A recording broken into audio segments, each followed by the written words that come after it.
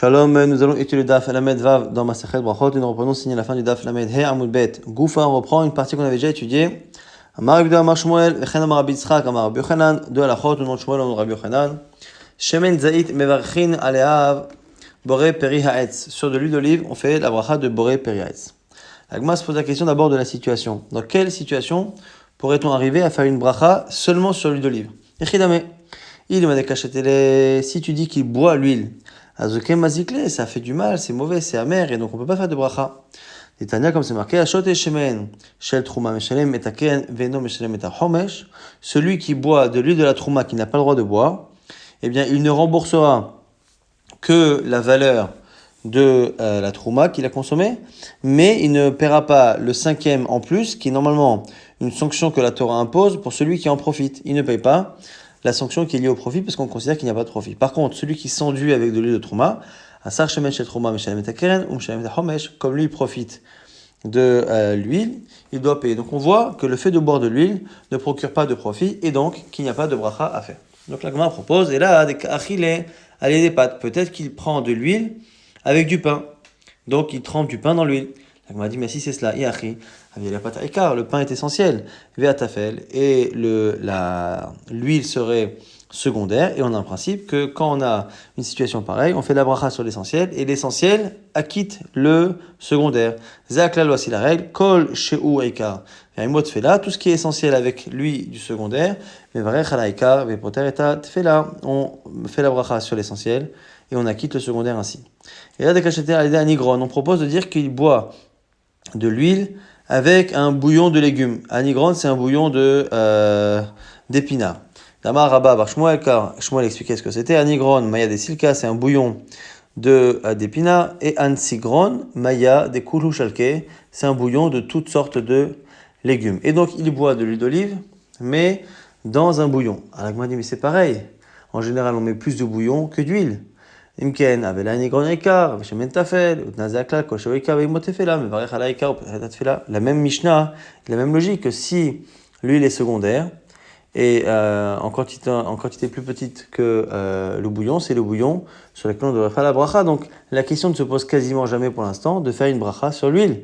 Et donc la question, elle n'est pas importante, boré paetz ou sheakol, puisque finalement ça n'arrive jamais de le faire. La Gemara, ici, on parle d'un cas particulier, Bechoshesh Bigrono, celui qui a mal à la gorge, donc il le prend en tant que médicament.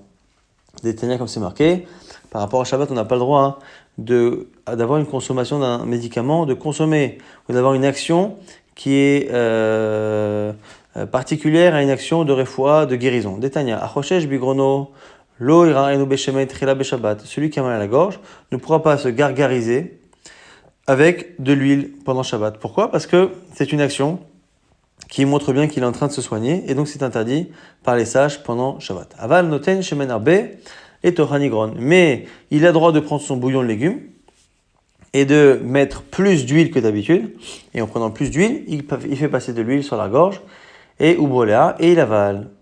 Et donc on voit que dans ce cas-là, effectivement, on pourra avoir une situation où on aurait plus d'huile que de bouillon, et donc on ferait la bracha. La Gemara dit, mais si c'est cela, c'est sûr qu'on fait une bracha ou pshita. La Gemara dit non. Maoud et Tema, qu'est-ce que tu aurais pu penser? Kevan delir foa kamekaven. Puisque il le fait pour sa guérison, eh bien, l'olivrir aleklal, kamashmalan, on aurait pu penser qu'on ne fait pas la bracha.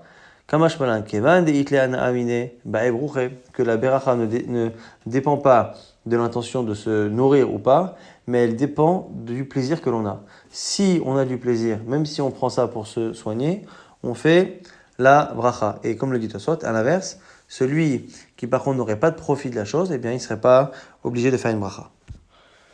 Nouvelle sugia, kimcha dechite, la farine de blé. Alors Tosfot explique qu'on ne parle pas ici de consommer de la farine de blé tout seul, mais probablement qu'elle est cuite, qu'elle est grillée, elle est sous forme quand même de céréales, quelque chose, elle n'est pas pure. En tout cas, kimcha dechite, Rav Yudama, boré periadama. Premier avis qui dit on fait boré periadama, parce que ça vient du blé de la terre. Rav Nachman amar sheakol, et Rav Nachman dit c'est sheakol. Alors, Amal et Rav Nachman, l'otiflok allait de Rav Yuda. Rav dit à Rav Nachman, tu sais, tu devrais pas être en désaccord avec Rav Yuda qui a dit que c'est Adama.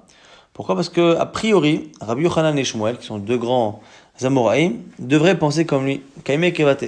Pourquoi? Alors, ils l'ont pas dit clairement, Mais sur une autre halakha, Damar Rav Yehuda Amar Shmuel, Vechen Amar Rabbi Yitzchak Amar Rabbi Yochanan, Shemen Zait, Mevachin Alav, Boré Peri Haetz. Le fait justement que sur l'huile d'olive, eh bien, ces deux rabbanim, comme dans la suga précédente qu'on a vue, ils disent de faire Boré Peri Haetz, tu vois bien que même si l'olive a changé d'apparence et qu'elle est sous la forme d'huile, elle garde sa bracha, et donc on devrait dire pareil pour la farine. La farine de blé devrait elle aussi rester Adama, même si entre-temps elle a changé d'apparence. Al-Mafagav d'Ishtane Milte, tu vois bien que même si ça change, Kae, Achanami, pareil pour la farine, eh bien on devrait dire la même chose, Al-Mafagav d'Ishtane Milte, Ka. La dit mais c'est pas pareil. Atam, Litle Eloya Charina. Acha, Itle Eloya Acharina. Il y a une différence avec l'huile, entre l'huile et la pâte. Pourquoi ?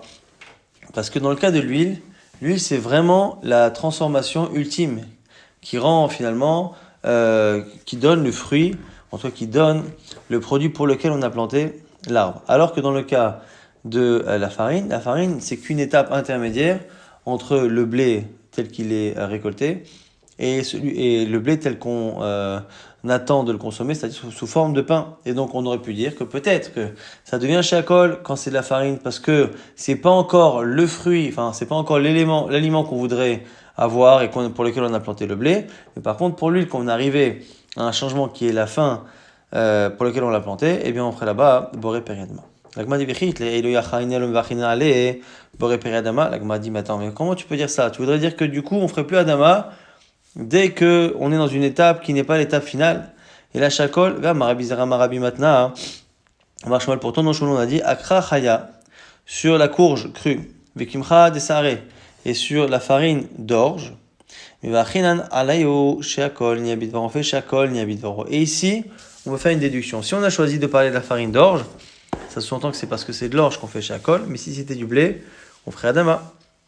On dit, n'est-ce pas que Maïlav déchité boré peradama, l'eau déchité nami sheakol. L'agma dit non, c'est pas évident.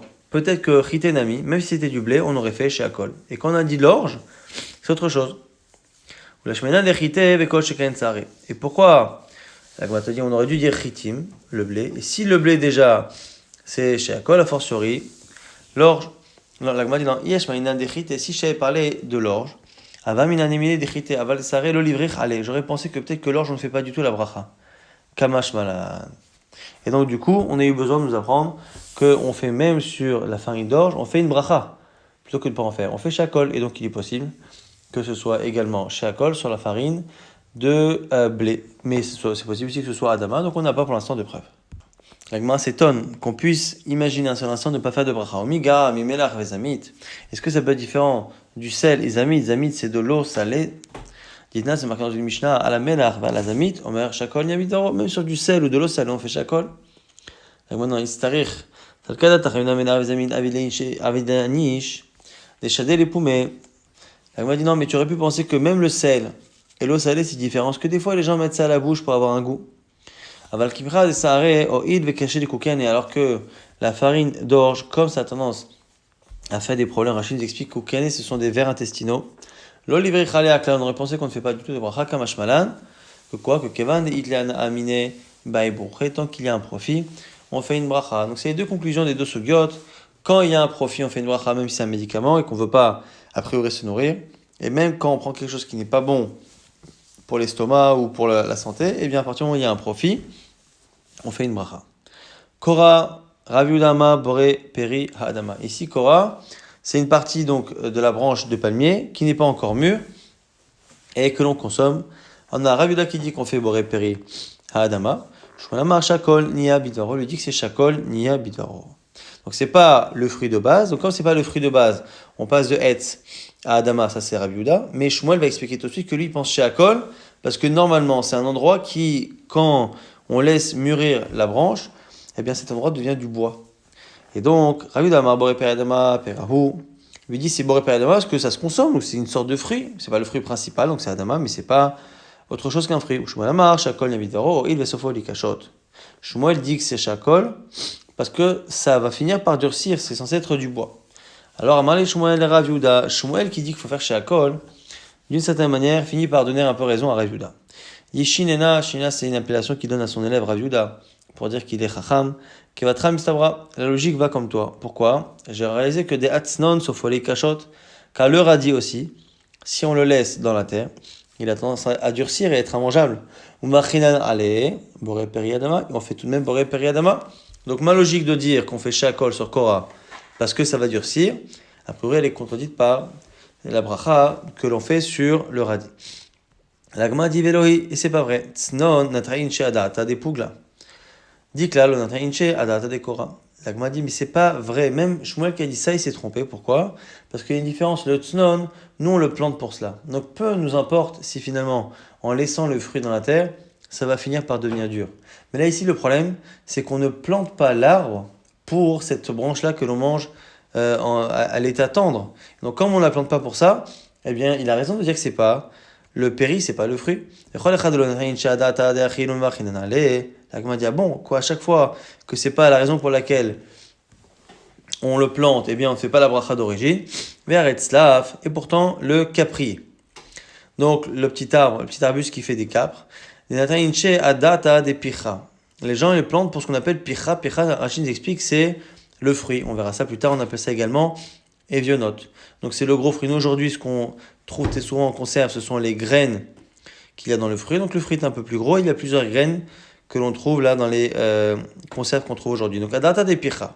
Utnal, c'est marqué sur le caprier. Almin et nitzpa, sur les différents types de capriers qu'il existe. Ale alin, ve'al atmarot, sur les feuilles, sur les tmarot, des sortes de petits fruits. Omer boré peri ha'adama, il fait adama, ve'al avionot, ve'al la kafricine. Et sur le fruit lui-même, et kafricine, c'est une sorte d'écorce qu'il y a autour. Omer boré peri ha'etz, il fait boré peri. Donc on voit finalement que même si on a planté pour les vionotes, on fait une bracha sur les feuilles, sur les tmarot, sur kafricine, chacun a sa bracha, etz ou adama. Donc comment la Gemara a pu dire que l'essentiel c'est de faire la bracha sur la chose pour laquelle on a planté? Dit que là, l'onatre inche adaata dekora. La Gemara fait quand même une petite différence.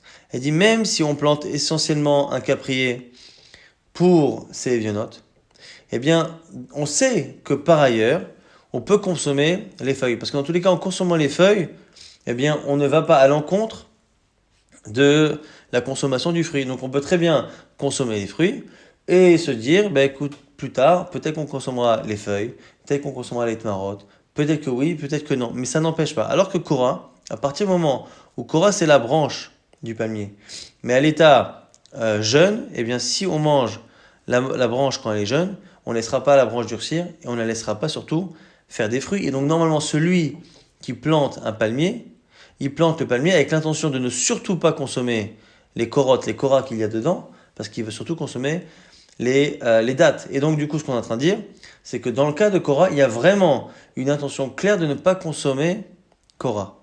Alors que dans le cas du caprier, on plante essentiellement pour les vionotes, mais ce n'est jamais exclu de consommer le reste. C'est pour ça qu'on ferait des brachot, alors que pour Korah, c'est différent. Alors, cas des calcés Shmuel, les Rav Yehuda, il cheta qui a été des Shmuel. Et même si finalement Shmuel a donné raison à Rav Yehuda, il a complimenté, la halakha est comme Shmuel, que finalement on fait Sheakol sur Korah. On entre à présent dans la soga du tzlaf, donc du caprier. Amar Rav Yehuda Amar Rav nous dit tzlaf shel orla. Orla, ce sont les 3 premières années d'un arbre qu'on n'a pas le droit de consommer, dont on n'a pas le droit de consommer des fruits. Tzlaf shel orla. Eh bien, bechutz haaretz, lorsqu'on est en dehors d'Eretz Israël, puisque orla concerne Eretz Israël, mais même chutz haaretz, zorek et avionot, il faut jeter les évionotes, qui sont les fruits principaux, donc ça on les jette pendant les 3 années d'orla. Et ochel et kafricine, mais il peut consommer kafricine, ces sortes d'écorce qu'il y a autour du fruit, un peu comme sur les noix, et donc cette écorce, on peut la consommer, cette grosse écorce. Donc a priori, ça veut dire qu'on considère les évionotes comme les fruits, les kafricines comme n'étant pas les fruits. Les mimra d'évionotes péri, c'est ce que la Gemara déduit, c'est que kafricine, a priori, c'est pas les fruits, si on peut les manger pendant orla. Oh, minon object, al minen yitzpan, alimat, marot, on met boré peradama valinot, la kafricine, on met boré peraetz. Pourtant, nous, on a dit, et on le rappelle ici, qu'on a un enseignement qui nous dit clairement que sur les évionotes, mais même sur les kafricines, on fait boré peraetz. Donc, si on fait boré peraetz, c'est que c'est le fruit. Donc comment on peut dire pour les brachot que c'est le fruit, et pour orla, autorisé à le consommer, donc ça veut dire que c'est pas le fruit. L'agma dit oui, mais tu sais, c'est parce que c'est comme Rabbi Akiva. Dema qui Rabbi Akiva dit nan, Rabbi Eliezer omer tzlaf mit aser, tmarot, vionod, kafricine, par rapport au maaser. Au prélèvement du maaser, du 10e, eh bien, on le fait sur les tmarot, sur les vionod et sur les kafricines. Rabbi Akiva omer, en mit aser et la vionod. Lui dit, on ne peut prélever le maaser et on ne prélève le maaser que sur les vionod. Donc, ça veut dire que on a une marque Rabbi Eliezer, Rabbi Akiva, sur les différentes parties du tzlaf, du caprier, qu'est-ce qui est considéré comme étant un fruit ou pas. Selon Rabbi Eliezer, tmarot, evionot et kafricine. Selon Rabbi Akiva, que les evionot. Mipnei she'uperi, parce que c'est le fruit. Venima ilcha alachak Rabbi Akiva. Là, Gemara dit, maintenant, alors si c'est ça, si tu dis qu'on pense comme Rabbi Akiva, il fallait dire que la halakha est comme Rabbi Akiva, au lieu de dire qu'on peut consommer les kafricines pendant la rola. Là, Gemara dit non, parce que c'est spécial. Il y a le malachak Rabbi Akiva, va mina filo beret Israël. Si j'avais dit que la halakha comme Rabbi Akiva, on aurait pensé qu'on tient comme Rabbi Akiva tout le temps. Mais c'est pas le cas. Kamash malan que kol hamekel be'aretz, halakha kemoto bechutz ha'aretz. On a un principe. Quand on a des halachot qui concernent la terre, la plupart des halachot qui concernent la terre ne concernent que Eretz Israël, mais souvent les chachamim ont quand même interdit. En tout cas, en général, on part du principe que quand on a une marloquette sur une halakha qui dépend de la terre, maaser, trouma, et ici orla, on a un principe, quand on est en dehors d'Eretz Israël, eh bien on tient la halakha comme l'avis le plus conciliant. Donc on prend l'avis le plus conciliant. Et donc comme par rapport aux fruits, l'avis le plus conciliant c'est Rabbi Akiva qui considère que les kafricines ne sont pas un fruit par rapport au maaser, eh bien comme on est en dehors d'Eretz Israël, pour la orla, on peut consommer les kafricines. La Gemara dit aval lo aretz lo. Veini malachak Rabbi Akiva bechutz ha'aretz. On a qu'à dire que la halakha comme Rabbi Akiva bechutz ha'aretz. Et kol hamekel ba'aretz, halakha kemoto bechutz ha'aretz. La Gemara dit, même si j'avais dit que la halakha comme Rabbi Akiva en dehors d'Eretz Israël, j'aurais pas déduit ça pour orla. Pourquoi? Yamarach yava mina nemile gabe maaser ilan. De be'eretz gufa min rabbanan val gabe orla de be'eretz midoraita ema bechutz ha'aretz minigzor. J'aurais pensé quand même être strict dans la orla. Pourquoi? Parce que dans toute la halachot, comme on a dit, la plupart des halachot qui concernent Eretz Israël, eh bien, en dehors d'Eretz Israël, elles ne sont interdites que par les sages. La seule halakha qui dépend de la terre et qui existe à la fois en Israël et à la fois en dehors d'Eretz Israël, Minatora, c'est orla. Et donc j'aurais pu penser que comme en dehors d'Eretz Israël, orla, c'est encore Minatora, j'aurais pensé qu'il faut être strict. Et donc on ne tient pas comme le plus méquel qui est Rabbi Akiva, Kamash Malan que oui. Donc c'est pour ça qu'on a préféré dire qu'en Chous Laretz, on peut consommer les kafricines pour nous apprendre un principe que de manière générale, la halakha est toujours comme la vie le plus cool quand on est en dehors d'Eretz Israël, et c'est valable pour les halachot qui en dehors d'Eretz Israël sont interdites comme Minarabanan, et même pour celles qui sont Minatora comme les Orla. On m'a dit, Ravina, Shechel, les Baravashi, des Kazarik et Vionod, des Kachil Kafricine. Ravina a trouvé Baravashi qui faisait ainsi, donc qui jetait les vionotes, les fruits, et mangeait les kafricines. Amalé Maïda attire, comme qui tu penses? Car Akiva, si tu penses comme Akiva, les mecs, le David Ma, qui est Bet Shammai, il dit t'as qu'à aller plus loin, t'as qu'à faire comme Bet Shammai. On va voir tout de suite que l'avis de Bet Shammai est encore plus conciliant que celui de Rabbi Akiva. Et donc, si la logique elle est d'aller selon le plus conciliant en Chutz Laaretz, pourquoi c'est arrêté à Rabbi Akiva et pas aller jusqu'à Bet Shammai? Alors, pour comprendre Bet Shammai, le mec il est fait, dit c'est Mishnah Tzlaf, Bet Shammai Omer, Kilaim Bakerem, que ça fait kilaim si on mélange avec du blé ou certaines formes de végétaux, ça fait kilaim, ça fait des mélanges interdits. Ou Bet Hillel omrim en kilaim bakerem. Et Bet Hillel disent non. Et le modim shechayat be'orla, les deux sont d'accord qu'il faut pas consommer pendant les 3 premières années tzlaf. La Gemara dit il y a un problème pour Bet Shammai. Hagufa kashama tzlaf Bet Shammai omrim kilaim bakerem alma minyarak. Si ça fait partie de kilaim, c'est que c'est un légume. Adatane elovelu modim shechayat be'orla. Et après on nous dit que tout le monde est d'accord, même Bet Shammai, que c'est orla. Or orla c'est que sur les arbres. Alma minilanhu c'est un arbre. Halo kashia Bet Shammai sfokem sfakale, ils savent pas Bet Shammai ce que c'est. Et dans le doute, ils le considèrent comme un légume pour kilaim et ils le considèrent comme étant un arbre pour orla. Mais comme le Bet Shammai avait les safek orla, et donc on voit que pour Bet Shammai, c'est seulement un safek qui est concerné par la orla. Donc le fait que ce soit un safek sur la orla, c'est encore plus cool que Rabbi Akiva qui dit que c'est de la orla, mais que sur les kafricines. Outnan safek orla be'eretz Israël asur be'soya mutar bechus laretz. Yored veloker ublivat shelo yirenu loket. Et on a dit que, il y a une halakha qui nous dit que ça fait que Orla, un arbre dont on ne sait pas s'il est chayav de Orla, en Eretz Israël on est mahmir, en Souria, qui est un territoire qui appartenait aux Juifs, mais qui a été conquis par David Amelech et qui n'a pas le statut réellement de Eretz Israël Minatora, eh bien, c'est Mouta, et en Chutz Laaretz, eh bien, il n'y a aucun problème, il peut consommer, mais à condition qu'il ne soit pas vu par quelqu'un. Et donc, on voit ici que si on tient comme Rabbi, comme Bet Shammai, après, à partir du moment où c'est Safek Orla, on devrait pouvoir consommer complètement, même les cas précis. Donc, pourquoi on n'a pas été jusque-là? Alors, Rabbi Akiva, bimkom Rabbi Eliezer Avdinan, kivate, ou Bet Shammai, bimkom Bet Hillel, en Mishnah. Réponse de la Gemara, c'est parce que, à la limite, Rabbi Akiva, Rabbi Eliezer, on peut très bien choisir de faire comme l'un ou comme l'autre en fonction de la situation. Et si on a Chutz Laaretz, on fait comme le plus méquille. Mais Bet Shammai, quand en face il y a Bet Hillel, eh bien la vie de Bet Shammai n'existe pas. Et la Mishnah, on l'a enseigné, mais en réalité, il ne rentre pas dans le calcul possible. Le typoclé, Dinasa Shomal et Périm, la Gemara, a une autre question. Allez, même si on pense comme Rabbi Akiva, qu'on considère que ce n'est pas le fruit, que Kafrissine ne fait pas partie du fruit, on devrait normalement, dans Orla particulièrement, interdire Kafrissine non pas parce que c'est le fruit, mais parce que c'est quelque chose qui protège le fruit, qui est Shomer les péris. Et on a un principe dans Orla que même ce qui protège est interdit. Pourquoi? Les péris, Orlato et Pirio. Vous ferez la Orla, vous interdirez sa Orla et Pirio de son fruit. Et tatafel les Pirio, même ce qui est accessoire au fruit. Oumaïnéou, c'est quoi? Shomer les péris. Et donc Rachamim nous dit que même ce qui protège le fruit est interdit dans la Orla. Donc même si on ne le considère pas comme étant un fruit, si c'est Shomer, c'est problématique. Donc l'Agma va essayer maintenant de s'en sortir pour expliquer que finalement Kafrissine ne fait pas partie, n'a pas une définition stricte de Shomer. Parce que si c'est une définition stricte de Shomer, ça devrait être interdit. Or on a vu que c'était autorisé de consommer les Kafrissines. Amar Rava nous dit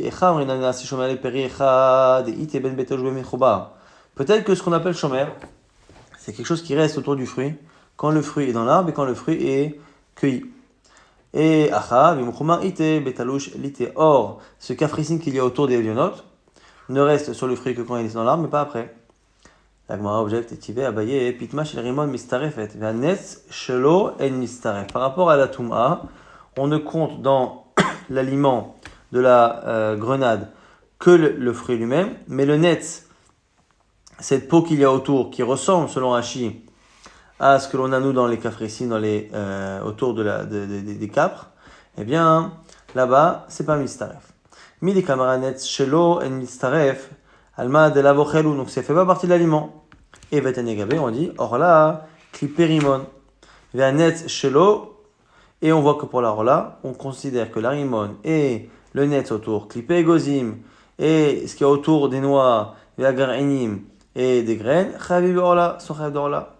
Et donc tu vois bien qu'a priori, ça devrait être pareil. Et donc, si on regarde cette définition-là du net, ça devrait chez nous être assourd. Et là, Rava nous dit une autre différence.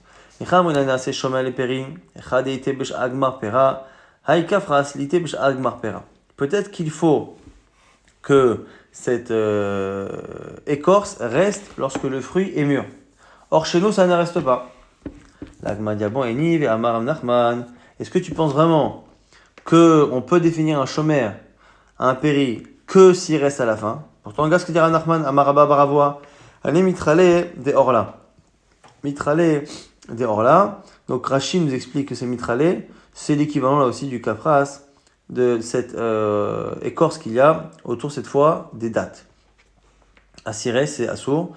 Oeminasu shomer, les péris, parce que c'est ce qui protège le fruit. Le shomer les péris est matavé, et là-bas, ce shomer là-bas dans les dattes, Aïbe Koufra, c'est vraiment au tout début de la maturation du fruit. Mais Kakaré, le shomer, c'est un shomer. Les péris. Donc tu vois bien que ce qui est shomer peut être considéré comme étant shomer, même si ça ne reste pas lorsque le fruit est mûr. Et donc, on ne voit pas pour l'instant pourquoi la caprice, l'écorce qu'il y a autour des capriers, des capres, eh bien, n'a pas un statut de shomer les péris et donc n'est pas interdit, mishum orla. La Gemara nous dit, tu sais quoi, Rav Nachman, ça valait que Rabbi Yossi. Rav Nachman, qui a cité cette halakha, il pense comme Rabbi Yossi, mais nous on pense comme Rabbanan. Dites-na, c'est marqué Rabbi Yossi Omer, c'est Madar, Assoum binish ou péri.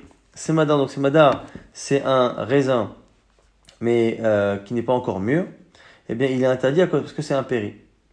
Ou plié Rabbanan allez et Chachamim ne sont pas d'accord. Et donc, comme Rabbi aussi considère que très très tôt le fruit est déjà un fruit, eh bien c'est pour ça qu'il considère que même quand l'écorce elle est qu'au début, c'est déjà chomer les péris. Mais puisque Chachamim eux considèrent que Semadar c'est pas encore un raisin, et donc ils considéreront a priori sur les autres fruits également qu'un fruit n'est un fruit que lorsqu'il est mûr, et si à ce moment-là il n'y a pas d'écorce autour, eh bien il n'y a pas de chomer au péri. La Gemara dit mais attends, mais qui te dit que Rabbanan, quand ils sont pas d'accord avec Rabbi aussi, qui te dit que la marloquette elle sort du cas de Semadar du raisin? Matkif la Rav Shimi Minardea. Rav Shimi qui objecte. Il a némi plié Rabbanan. Est-ce que tu penses qu'il y a une discussion sur le reste? À partir de quand on ne peut pas couper les arbres la 7e année, donc l'année de Shemitah? Bet Shammai te disent à partir de dès que le fruit a vraiment une tête de fruit, quoi. Bet Hillel omrim, ça dépend. Non, ils disent Charuvin, Misher Sheru, Lagefanim, Mishegreo, Veazetim, Mishanitsu. Eux, dès que le fruit commence à sortir, c'est déjà interdit. Ushar Kol Hailanot. Mais par contre, les autres arbres, Mishiotziu, c'est comme Bet Shammai, c'est à partir du moment où c'est un fruit. Amar Ravasi, et Ravasi dit, Hu Boser, Hu Garoa, Hu Poula Lavan. Ce qu'on appelle ici le bosser, c'est le poula lavane, c'est la fève blanche. Alors, m'a dit, attends, poula lavane, c'est le kadatar. Comment tu peux dire que le bosser c'est aussi un raisin jeune? Comment tu peux dire que c'est poula lavane? C'est pas pareil.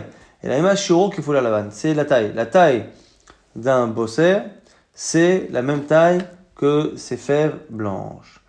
Machamat ledeamar bosser in semadarlo. En tout cas, on voit que dans cette braïta là-bas, on a cité à la fin d'un avis qui parle de bosser et pas Semadar. C'est-à-dire que Bosser, c'est l'état de maturité qui est après Semadar. D'abord, un raisin devient Semadar, après il est Bosser, et après il est vraiment mûr. Et on voit que cet avis-là dit que le raisin, c'est à partir du moment où il est Bosser, et pas à partir du moment où il est Semadar. Donc forcément que cet avis là-bas, c'est Chachamim. Chachamim qui ne sont pas d'accord avec Rabbi aussi. Et tu vois qu'après, c'est marqué, que pour les autres arbres, ils sont d'accord sur la définition de ce qu'on appelle un fruit. Et donc on voit bien finalement que cette marloquette entre Rabbi Yossi et Chachamim, elle n'est que sur certains fruits et en particulier sur le raisin. Que le raisin, marloquette, est-ce que c'est bosser ou est-ce que c'est semadar? C'est typique vraiment au raisin. Mais par contre les autres fruits, eh bien, ils seraient d'accord sur la définition. Et là, Rava, donc il y a un problème. Quand est-ce qu'on va dire que c'est un shomer les péri? Lorsque, quand tu enlèves la protection, le fruit meurt. Mais là, quand tu enlèves la protection de la capre, elle ne meurt pas. Et on nous rapporte une histoire. Un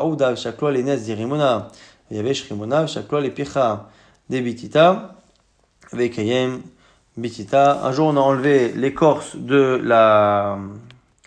d'une grenade et la grenade a séché. On a fait la même chose avec une capre et elle a survécu. Et donc on voit ici finalement que c'est ça la définition. Et donc on voit que la raison pour laquelle on peut manger les capricines, l'écorce pendant alors là, c'est parce que ce n'est pas un shomer au péri, parce que finalement si on l'enlève, le fruit pousse très très bien. Donc du coup c'est pas une protection au fruit, donc il n'a pas le même statut pendant l'heure là.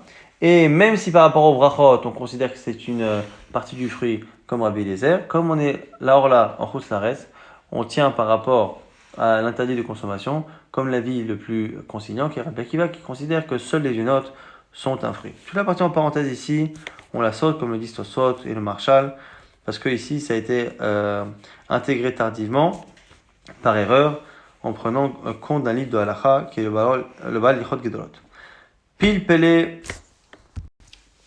Pilpele, donc les piments. Rav Shechet Amar Shakol, c'est Shakol Yamidoro. Rava Amar Loklum, rien du tout. Vazdar Rava Letame et Rava suit son avis habituel. Amar Rava Kas Pilpele Beyomed Kippour, celui qui mastique des piments pendant Kippour, il est patour. Kas Zingvila Beyomed Kippour, patour, pareil.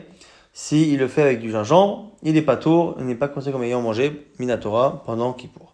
Mais tu vas en object, Aya Rabbi Meromer. Mashma Shinema Varatem Ralato et Perio, puisque c'est marqué dans la Torah, Barlatem, Orlato, Perio, le fruit déjà de l'arbre, il est interdit. Et ni odea chez Etz Ma'achalhu, je sais déjà que c'est un fruit, donc c'est mangeable. Et la Matam Boulomar, pourquoi la Torah dit Etz Ma'achal, un arbre qui se consomme. Il a vient Etz chez Ta'am Etzo, ou Perio Shavé. C'est pour rajouter l'arbre, dont l'arbre lui-même a le même goût que son fruit. Vezazé, c'est quoi? C'est pilpélin, donc c'est les piments, c'est poivrons. Et là, mettra chez pilpélin, Chavim Barola, pour te dire que même ces piments sont concernés par la Rola. Et t'apprendre au passage, ou la mettra chez Eretz Israël, Chassera Kloum, qu'il ne manque rien en Eretz Israël, comme c'est marqué, Erez, Shalom Miskino Tochal Balechem, une terre dans laquelle tu ne mangeras pas ton pain avec petitesse, Lotersar Kolba, tu ne manqueras de rien en elle. Donc on a un problème ici, c'est que d'un côté, c'est Chayav d'Orla, ça fait partie de ce qui rend la terre d'Eretz Israël complète, et d'un côté, on a vu que Rava disait qu'à Kippour, on pouvait le consommer sans être à Minatora, et quand on le mange dans l'année, on ne fait pas de bracha.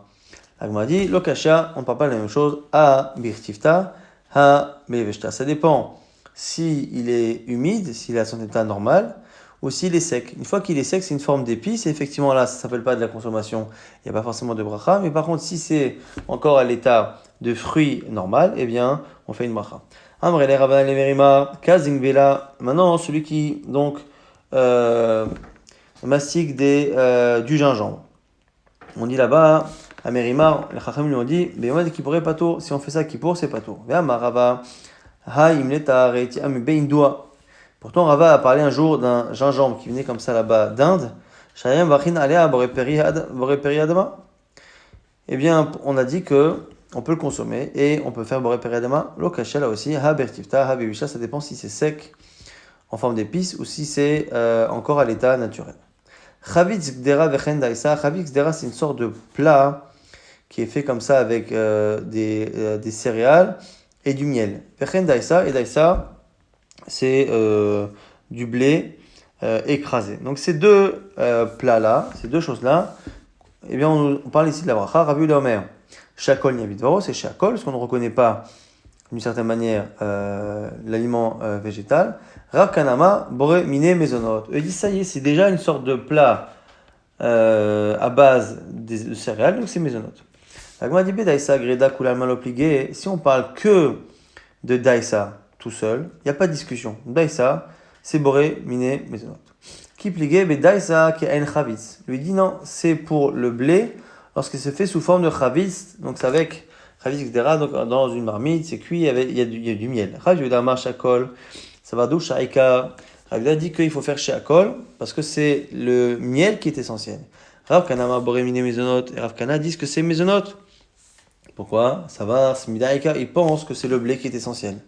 Et Amar Rav Yosef, qui va t'aider Rav Kana Mistabra. La logique va comme Rav Kana.